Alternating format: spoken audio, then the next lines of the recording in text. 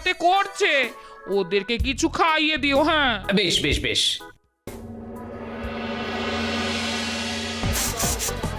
এই গুলটে, এই তখন থেকে এটা কি করছিস বলতো? গন্ধ বিচার দাদু।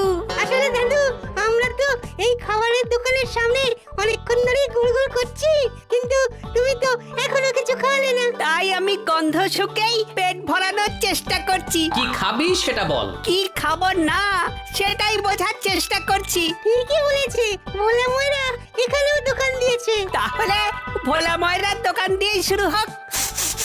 ভোলা কাকুর দোকানের সর ভাজার গন্ধটা দূর থেকেই পাচ্ছি।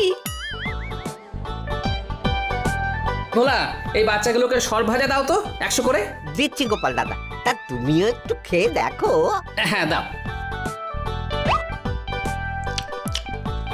কি স্বাদ! উফ, অসাধারণ! এই পুজো